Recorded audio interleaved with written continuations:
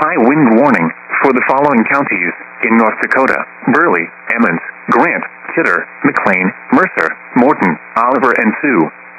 High wind warning remains in effect until 3 p.m. Central Standard Time or 2 p.m. Mountain Standard Time this afternoon.